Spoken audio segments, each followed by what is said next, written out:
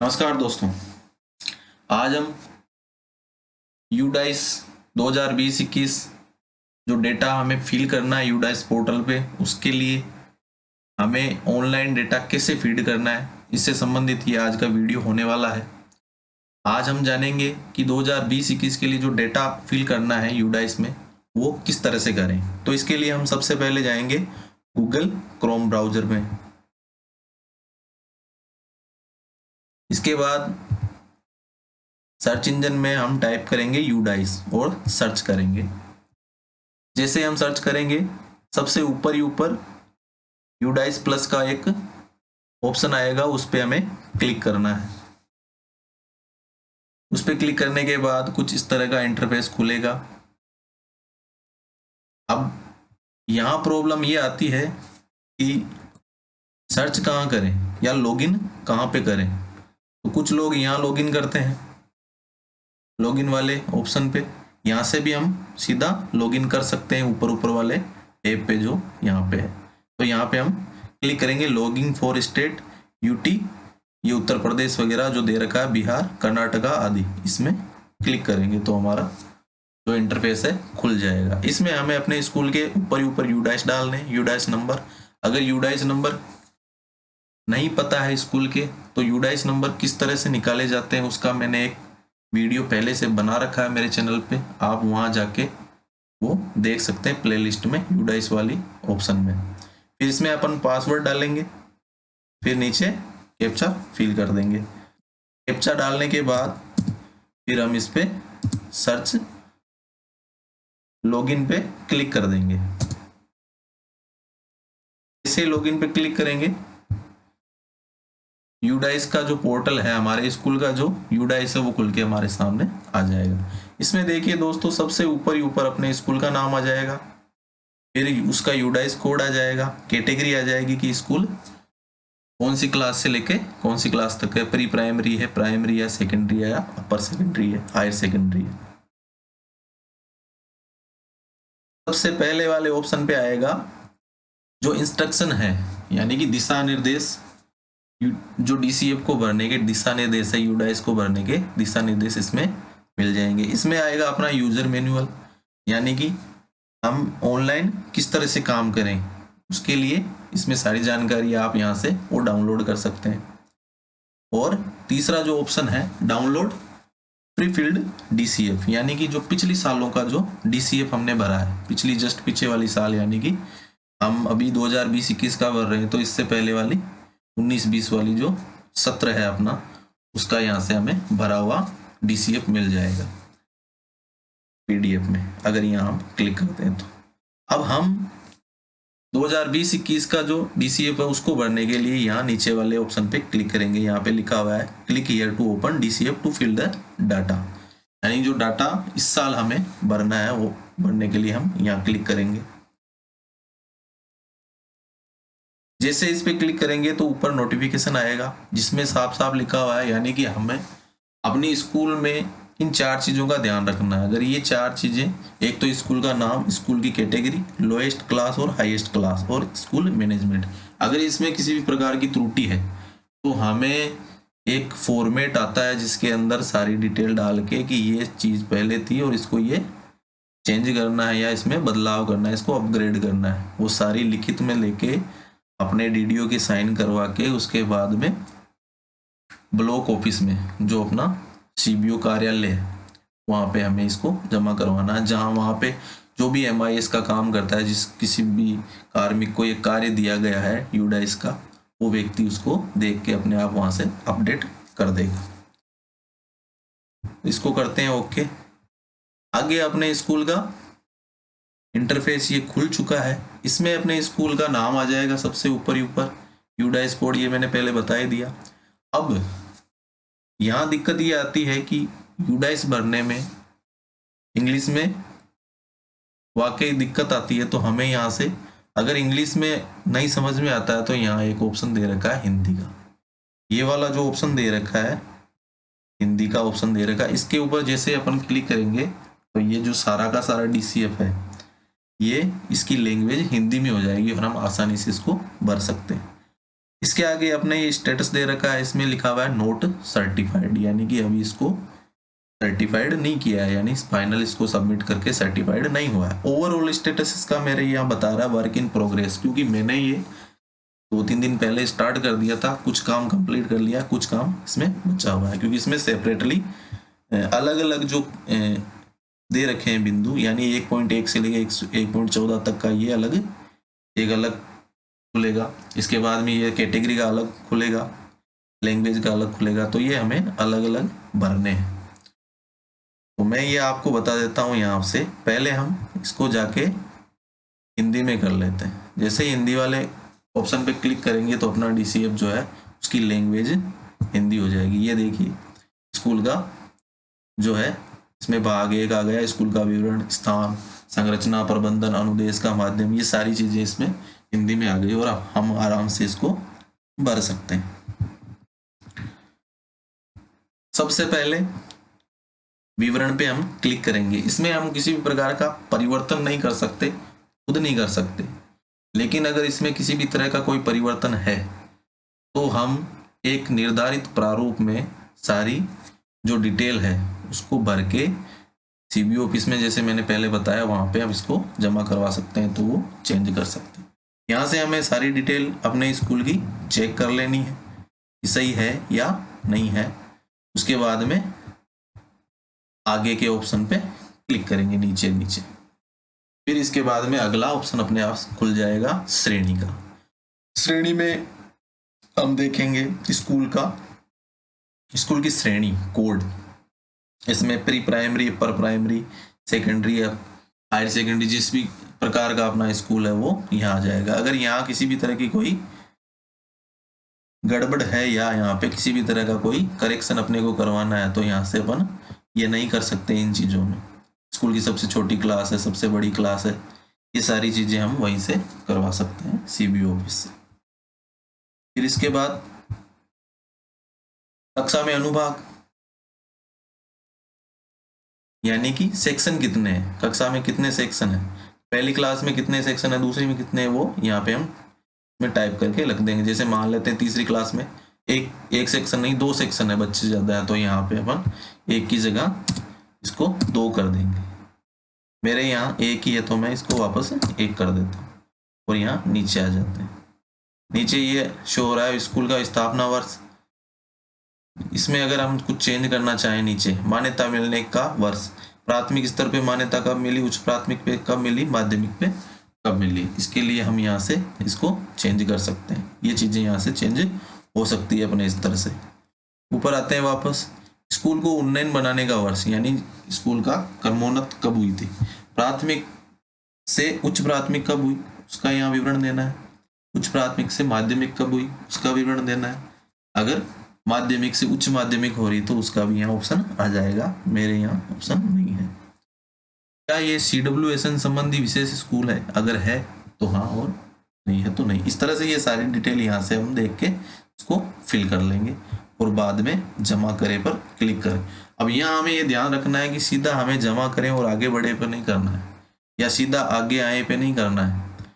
पे अगर हम सीधा क्लिक कर देंगे तो हमने जो भी डिटेल अपनी यहाँ भरी है वो सबमिट नहीं होगी। इसके लिए हमें सबसे पहले वाला ऑप्शन जिस तरह से क्रम से दे रखा है, तो सबसे पहले जमा करें पे क्लिक करेंगे। जैसे क्लिक करेंगे ये अपडेट हो जाएगा और यहाँ ऑप्शन आ जाएगा, नीचे नोटिफिकेशन आएगा, school category information saved successful, यानी अब हमारा डेटा जो है ये वाला श्रेणी वाला ये सेव हो चुका है।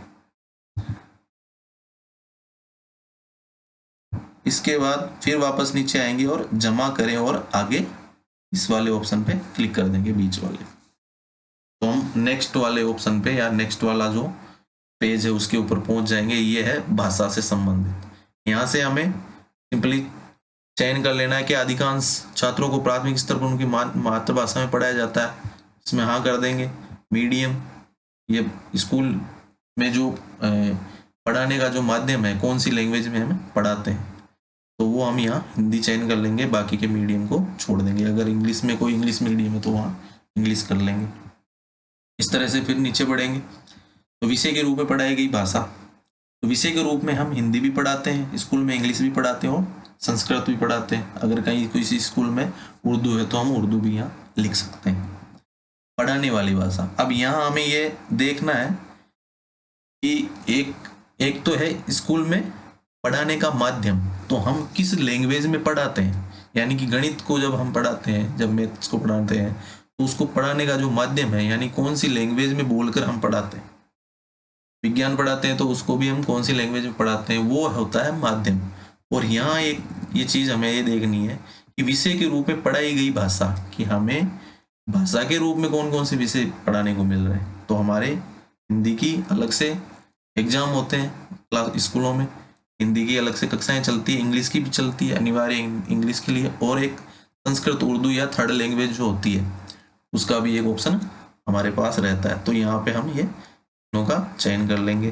क्या स्कूल उच्च प्राथमिक स्तर पर कोई पूर्व व्यावसायिक पाठ्यक्रम प्रदान करता है, तो इसमें अगर करता है तो ये सो नो कर देंगे। ये सारी चीजें यहाँ से देख के हम लोग फिल कर देंगे। ये यहाँ पे नजदीकी सरकारी सहायता प्राप्त स्कूल से दूरी, स्कूल से दूरी, ये सारी दूरियां यहाँ पे हम डाल देंगे। क्या स्कूल अभी तक क्या स्कूल तक सभी मौसम में पहुंचने योग्य सड़क है, तो इसमें यस या नो जो जैसा भी अपन कर देंगे। आगे बढ़ेंगे। क्या आंगनवाड़ी केंद्र परिसर के अंदर है, अगर है तो इसमें यस करना, आंगनवाड़ी केंद्र का वोट डाल देना है यहाँ पे। आंगनवाड़ी कार्यकर्ता बाल शिक्षा में प्रशिक्षित है या नहीं है, ये सारी चीजें यहाँ से देख के हमें डाल देनी है। और फिर वही प्रोसेस वापस पहले जमा करें पे क्लिक करेंगे। जैसे जमा करें पे क्लिक करेंगे, यहाँ ऊपर नोटिफिकेशन आ जाएगा, school language information saved successfully, यानी कि हमारा डेटा अब सेव हो गया है। इस बात का जरूर ध्यान रखें दोस्तों, सीधे ही आगे वाले ऑप्शन पे क्लिक ना करें। डेटा भरने के बाद सीधे अगर हमने आगे वाले ऑप्शन पे क्लिक कर दिया तो हमारा जो डेटा है वो फिल नहीं होगा। इससे पहले हमें जमा करें और आगे बढ़े, इस पे क्लिक करना है, तो हमारा डेटा सक्सेसफुली सेव हो जाएगा। Previous page is saved successfully आ गया यहाँ पे। अब दूसरा पेज खुल गया। इसी तरह से हमें सारी चीजें इसमें अपडेट कर लेनी है, जैसे भी है। अब यहां देखने वाली बात यह है दोस्तों कि बाकी सब चीजें तो ठीक है। ये हमारे यहाँ वापस एरर आ गया, मैं वापस लॉगिन कर लेता हूं।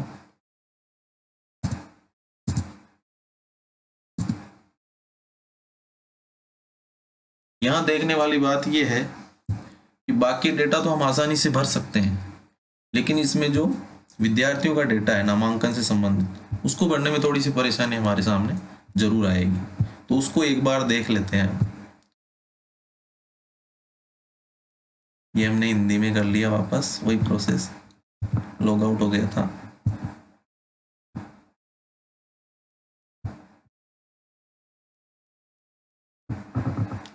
ये डेटा यहाँ भर लेंगे सारा।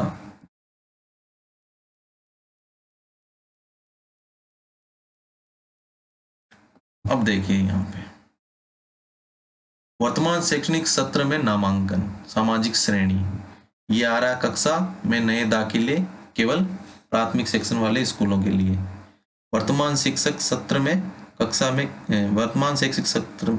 कक्षा के तहत नामांकन, आयु वर्ष पूर्ण वर्ष में, अनुदेश का माध्यम, वर्तमान शैक्षणिक सत्र में पुनरावर्तक सामाजिक श्रेणी और अल्पसंख्यक समूह, ये सारी चीजें हमें कहाँ मिलेगी। ये वर्तमान शैक्षिक सत्र में कक्षा के तहत नामांकन, आयु पूर्ण वर्ष में, ये सारी चीजें हमें जब फिल करनी होगी तो इसके लिए हमें शाला दर्पण पे जाना होगा। शाला दर्पण पे जाने के बाद हमें आंकड़े वहीं से मिलेंगे। वहां हमें क्या करना है दोस्तों, शाला दर्पण से जो डाउनलोड ऑप्शन आता है, एक तो रिपोर्ट का ऑप्शन आएगा, एक डाउनलोड का ऑप्शन आएगा। तो डाउनलोड वाले ऑप्शन पे हम जब क्लिक करेंगे तो वहां पे एक नामांकन से संबंधित जो रिपोर्ट है उसका टैब मिलेगा। उससे हमें पीडीएफ में ये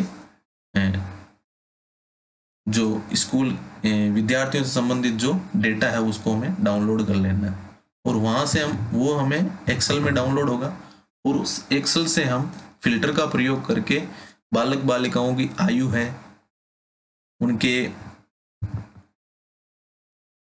आयु से संबंधित, यानी 5 साल से कम कौन कौन है, 5 साल का कौन है, 6 साल का कौन है, ये सारी चीजें हमें आसानी से फिल्टर लगा के कुछ ही मिनट में निकाल सकते हैं, इसमें आराम से हम डाल सकते हैं। उसके लिए मैं अलग से एक वीडियो बना दूंगा, जो आप देख के उसको भर लेना। नहीं तो यहाँ पे यही दिक्कत आती है कि अब 9 साल का कौन है, पहली क्लास में 9 साल का बालक कौन है, 9 साल की बालिका कौन है, तो हमें पूरे नामांकन में से देख के निकालना पड़ता है कि ये 9 साल का बच्चा कौन है, 10 साल का बच्चा कौन है, 5 साल से कम का बच्चा कौन है, कितने बच्चे हैं, सॉरी कौन नहीं, कितने बच्चे हैं, 11 साल का बच्चे, 11 साल के बच्चे कितने हैं, लड़के कितने, लड़कियां कितनी, ये सारे आंकड़े हमें जो हमारे पास जो एक्सेल में जो फाइल डाउनलोड होगी शाला दर्पण से, उसमें हम फिल्टर का प्रयोग करके आराम से निकाल सकते हैं। उसके लिए मैं अलग से वीडियो बना दूंगा, लास्ट में डिस्क्रिप्शन में भी दे दूंगा, और लास्ट में एक वीडियो भी बना दूंगा, उसमें जाके आप आराम से उसको देख सकते हैं। वापस आ जाते हैं यूडाइस में। इसके बाद हमें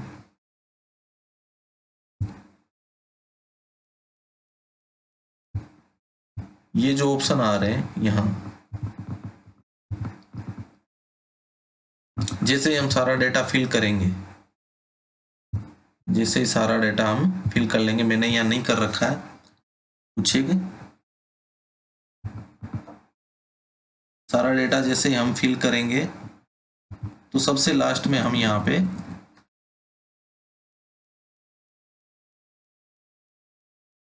ये 10.1 11.1 10.1 से 11.1 वाला, ये यहाँ तक का हमने शुरू करना है, इसको भरना है।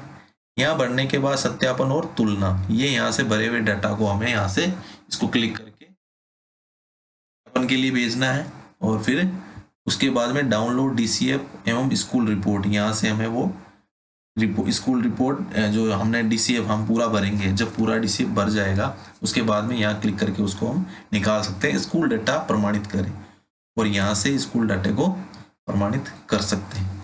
धन्यवाद दोस्तों, कैसा लगा आपको